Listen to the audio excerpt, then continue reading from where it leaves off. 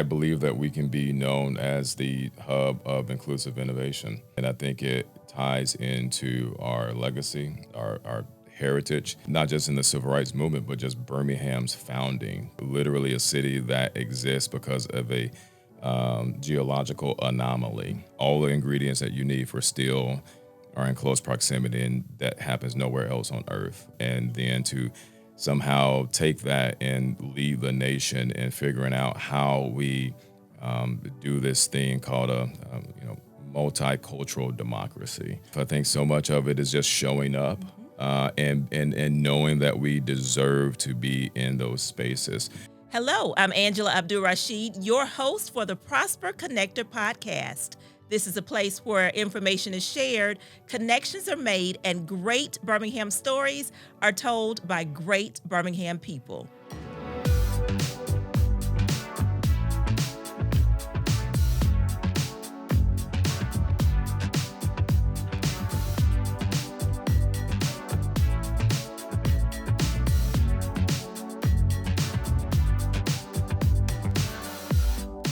Hello, I'm Angela Abdul-Rashid, and welcome to the Prosper Connector podcast. Today, we have two amazing guests with us today. Kellie Clark with Generator, Deon Gordon, Tech Birmingham. I'm going to let you tell all your business and who you are and what you do. But first, we have to talk about food. So, thinking about our wonderful city of Birmingham as a food, what food comes to mind and why? You want to go first? I'm going first. We were talking about Publix. I had to give a disclaimer. So I have a plant-based diet now. Mm-hmm. So we're going to give multiple options. But that Publix chicken does not miss. Ever? If there is something that I do miss from my pre-vegan diet days, it is that Publix fried chicken. The fried, so not the rotisserie, but No, the fried. it's the crispy crunchiness of the crispy crunch. I didn't even know they had rotisserie chicken. That's how much I used to love that. Okay. If Birmingham had the food, I also got to give a shout out to the lemon pepper hot wings at Sleek. Rest in peace, Sleek. Mm-hmm. That just all flats. Mm-hmm. Oh, yes. and sticking true to plant-based, like, hear me out, the hummus at Tasty Town. Oh, yeah, I'm with you. Best hummus I've ever had. Best hummus Yes. ever. Yes. Yeah. Yep. Best all right. hummus ever. Concur. Final answer. Okay, I like it. So I thought about this way too much. Because I didn't want to be cliche, right? I didn't want to say something like collard greens or shrimp and grits. Okay, I'm thinking cornbread. Mm-hmm. Hear me out. Iron skillet cornbread. Okay. Hear me out.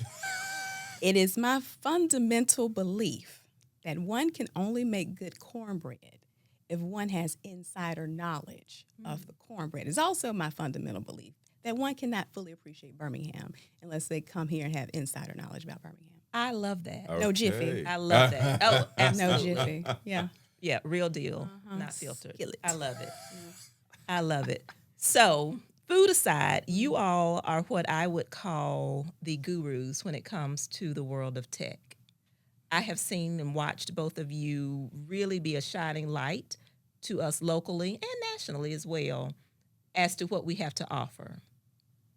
Tell us who you are and what you do in this space. And then we're going to dive a little bit more deeply about really what I think is one of Birmingham's best kept secrets, which should not be a best kept secret. And that is that we have a really rich tech ecosystem and a lot to offer to this country and to this community. So Kellie, tell us about your role at Generator, what you do, what all you do. What all I do.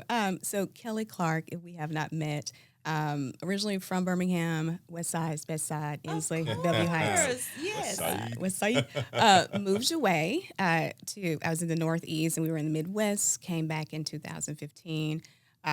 Did a few things, and now I'm the managing director of Prosper Health Tech Accelerator, powered by Generator. And so what we do, we invest in early stage digital health companies. I mean, at the earliest stages. So think of a company that is just launched. They have a software that helps in the delivery or the consumption of healthcare. And so to date, we started in 2022. To date, we've invested $3.2 million in 30 companies. Say that again. How many? 3.2 million 130 companies. Out of those 30 companies, 7 have decided to headquarter here and call Birmingham home. We have amazing partners, including Prosper, UAB, Alabama Power, Bank of America, Blue Cross Blue Shield. I could go on. I call it the skyline, right? If you look out your window, you see the skylines. And the unique thing about our fund, one, we're one of the most active early stage digital health funds in the country. That's number one.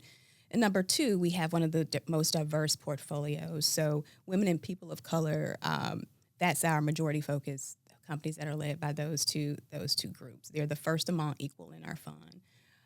I think another unique aspect of our fund is how closely it ties to not just global impact, but national, but local impact, because here in Alabama, we're in the bottom fifth for healthcare outcomes. That has not changed since the 1930s. And in the 1960s, Dr. King said, if you can change or change racism in Birmingham, you can change it anywhere. And so now in 2024, if you can change healthcare in Birmingham, Alabama, and in Alabama as a whole, we believe that you can do it anywhere. So our call is come to Alabama, let this be your sandbox, get ingrained in our community, and build something that has a local and global impact. And that's what we do. And you all are doing it. And so on behalf of Prosper, we appreciate that. I appreciate it. Thank you for the opportunity. Thank you. Yeah. So Deon, Tech Birmingham, for those who have been somewhere and just missed the memo on the greatness that is Tech Birmingham, tell us about Tech Birmingham, who you all are, what you do, and let's then dive into a little bit more about what's to come. Yeah, absolutely. So Tech Birmingham simply is the Technology Trade Association for Central Alabama. So that means we are the convener and the voice for the technology industry. And the work that we do, we like to give a nod to the Magic City, Birmingham's nickname, named so because of how fast it grew. They say it grew like magic. And so we try to do the same for our members and hopefully for the community and the ecosystem, which is to help it make it grow like magic. And so we break that down into being the marketing arm of our members in the city, the brand advocates, making sure that people know what's being done locally, but also taking that message abroad. We want to make sure that we are leaning in as advocates. So the advocacy and the public policy piece, figuring out what it is that our members need to grow and to thrive, and hopefully seeing that translate into policy. We do a lot more of that right now on the national stage, but the goal is to make sure that we're also doing that locally and statewide as well. Growing the ecosystem, one of my biggest professional points of pride was standing on stage with Tim Cook when we launched Ed Farm. So we incubated that, which is Ed Farm is a digital skill and coding initiative that we incubated in Tech Birmingham and spun out, and now Wayman Jackson's the CEO of that. But that was about making sure that kids had access to whatever it is that they needed to have careers into technology or create the careers, the future jobs in technology. And then we partnered with organizations such as Central Six to make sure that we are bringing together early career professionals and figuring out what it is that they need to thrive as well. So just growing the ecosystem truly from K to career, investing in helping the ecosystem innovate. So we're launching an accelerator, something that's coming down the line. That was made possible through Innovate Alabama and their innovative tax credit program. And so we're going to be leaning into the mobility space. Again, kind of recognizing that Birmingham, one of our core strengths, healthcare that Kellie is overseeing. We also have the automotive hub of the nation outside of Detroit.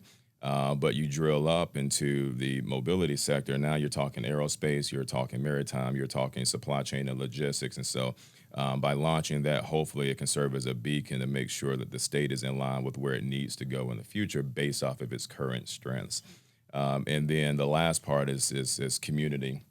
And we do that through whether it's events such as Tech Tuesday, our monthly lunch and learn, that Kellie leads as the program's chair. Kellie is a board member for Tech Birmingham, so just super grateful that she agreed to do that. And it also extends to things like Sloss Tech, which is our annual conference. And we brought it back from the pandemic, and it has just been widely embraced. And The thing that gives me excitement is that it's not just something that we're circling on our calendars in Birmingham, but it's starting to develop more of a regional and a national reputation as well. And the goal behind that is to make sure that we have magnets that can pull in people from outside the region so that they can see what it is that we're building. Ideally, move their company or relocate here. But at the worst, that they leave with an updated language and an understanding of what Birmingham is, so they can then go out and be advocates for us as well in our place. I love it. I love it. And similarly, Kellie, you mentioned out of the cohort participants that Prosperous Health Tech Accelerator has had, 7 companies have chosen to headquarter here. What do you hear from them when they get here? What do you hear from them as they decide to stay here, as it relates to their thoughts about Birmingham, the tech ecosystem, and the community and the support that I know both of you are very intentional about investing into them? Right. When they first get here, they say, wow, this isn't what I thought. We don't want to know what they thought. Don't tell me what you thought, but we exceed expectations over here. So that's the first thing I hear. Then they get ingrained in the community, and there are few sound bites. I often hear that, one, everyone is so supportive. You're just 1 to 2 degrees away from someone that you need to meet. Success moves at the speed of relationships here. One that I've heard often, which I think intersects well with just the strategy with Innovate Alabama and all of that work that's happening, is that you can build a company and a life here. Wow. There's just a manageable pace. You can go deep, you can focus, you can build actual community, and you can have the room to build your company and have the support to do that. So I think those are the through lines that we've been hearing with the conversations. And I think our ecosystem is unique because some may argue that, we've been behind the curve. And I think a way to reframe it is we've had an opportunity to kind of be on the margin and see how other ecosystems have played it. We've been able to see what other ecosystems have done well and what they have not done well, and just the cycle of a tech ecosystem. And I think because of that, we're well positioned to not make the same mistakes and also leverage some of the ideas that have seemed to work in other places that are peer cities to Birmingham. And so it's an exciting time. I'm just excited for Alabama in general. I feel like we're really taking control of our narrative and speaking for ourselves and creating our own story and locally as well. So it's a fun time. I love it. Yeah. So, Deon, I hate to go in another direction to what Kellie just shared with us, but what are the challenges? We've heard the successes, we've heard the outcomes, we've heard the change in narrative, perspective, partnerships, collaborations. Where are we still in need of more, different, or better as a tech ecosystem, as a city and a state? I'll include Alabama in this one. What do you see? I somewhat drill those down into 2 buckets. And I'll preface this by saying I don't necessarily, yes, they are challenges, but they're also opportunities. And I think we are at a very important but also perfect time just as a nation to think about what it means to address some of these challenges. And so I bucket part of that into what I would just call culture. Meaning that we don't do I don't think we do a good enough job just yet of sharing Birmingham's culture and embedding and ingraining what that is. And so, Kellie alluded to it, like, what is the narrative that we are framing internally, and then how are we sharing that? Who is the audience? Who needs to hear that? And we kind of talked before, we started recording about my friend that I met in Atlanta had some trepidation about coming to Birmingham because of its history. Same thing I say to so many other folks I share with her is that, Birmingham in this state is responsible for the betterment of this nation and this world, right? The events that took place here during the civil and human rights movement led to the Civil Rights Act of 64, led to the Voting Rights Act of 65. And so it was here that we saved the civil rights movement, and we were a leader in a very contentious space. And so I think that fight, that grit, that determination is a part of our DNA. I think that is a badge of honor and not a black eye. And it's something that we should embrace and be proud of.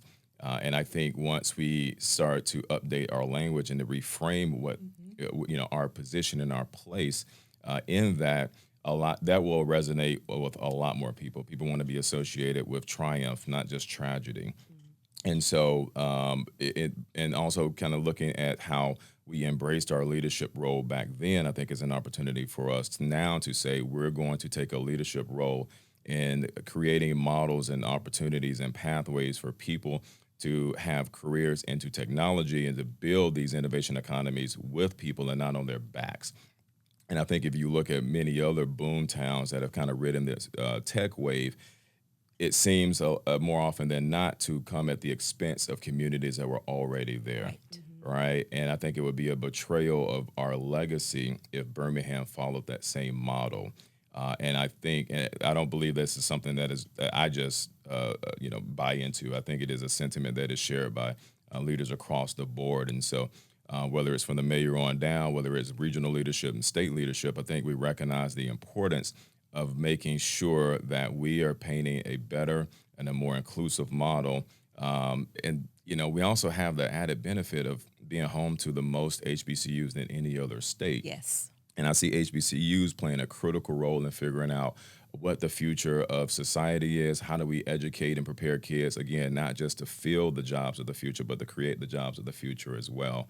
So, again, we have some challenges, but, also some opportunities. And the other part of that bucket, I think it's really just capital, but financial capital, right? And so kind of like this whole tour that I feel like Birmingham's been on about making sure that we're hitting some of your more traditional tech hotspots and coastal cities in an effort to build those relationships and bring people here. Prosper has been remarkable at that. Last week we had national leaders and funders all in Birmingham. And so, right, that is a major part of it if we can get that financial capital. And I say financial capital because there are other forms of capital that I think we over-index in. And so it's not just about having money. Again, Kellie alluded to it. They can build community here, right? We have that social capital. We have that network capital. We have that government capital, right? 2 degrees. We could probably call the mayor right now. He'll come down if we needed him to, know. And so having that support is critical. And if we can get more financial capital into the hands of people who deserve it, who are truly building solutions to some of the problems, not just in Birmingham, but across the nation, that changes everything in my belief. I agree wholeheartedly. So how do we get there? What's next? What's your vision for the Health Tech Accelerator, for the ecosystem? How do we get from what you've just shared to where we are now to there? Yeah, that's a good question. Something we've been speaking a lot about is what's beyond acceleration. What's beyond the typical accelerator model of doing the 12 weeks and you come and you either stay or you go. And the fact is we're just in a really unique time with the rise of artificial intelligence. And I think it is a fantastic time and opportunity for Birmingham. At this point, the world is flat. We are all at the same starting point across the world trying to figure this thing out, right? And so because of that, accelerators really existed to help with the sunken cost of software and other things too, of course. But creating software now is easy. It's easier than it's ever been to create a business. You do not have to go through an accelerator to do so. You can Google, right? What is difficult is distribution. So that's the blocker now for almost any business. How do you stand out in the fray? How do you connect with strategic partners? And so we're really focused on turning our heads to what does distribution look like in healthcare. And so really spending a lot of time trying to understand the partners' needs, the healthcare partners and our stakeholders' needs, and using that information to go and source and recruit the companies that dovetail well with that for a number of reasons. One, it helps the reputation of the accelerator. It helps the reputation of Birmingham. And it pleases our partners. They get solutions that can make their organizations not just competitive, but resilient. And so that's what we're focused on. Personally, I'm really interested in skills lately, AI skills. How do you make our next generation future proof. And so those intersect in some ways, but I think those are just organizationally where we are and just personally where I am. I love it. Deon, what's next? What do you envision, desire, want to see, believe that we can be? Yeah. Well, I believe that we can be known as the hub of inclusive innovation.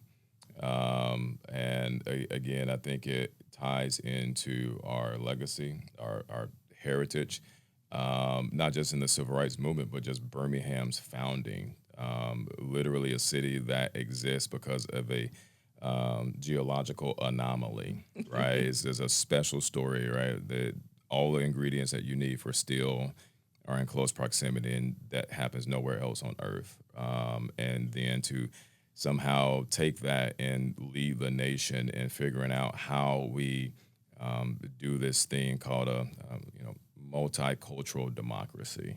We just take on hard challenges, right? We take our punches and we come out better. And I think that determination and grit is going to serve us well as we've kind of figure out what is the future now, right? Kellie talked about AI, and it just it's a scary time, but it's also exciting. And so I'm just looking forward to seeing how we embrace that opportunity. But again, going back to the storytelling and narrative, I think so much of it is just showing up and knowing that we deserve to be in those spaces.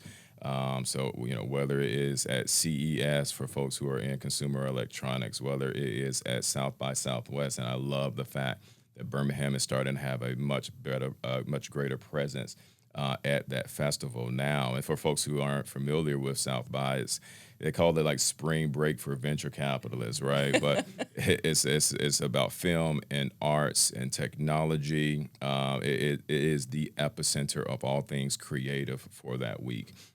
And I think about maybe 3 years ago when we kind of had our first delegation, I guess, if you will, to go to South by, when we all huddled back up, somebody they said they had some signs that referenced Birmingham, and people would come by and they were like, "Oh, Birmingham, England, awesome." It's like, not quite, mate.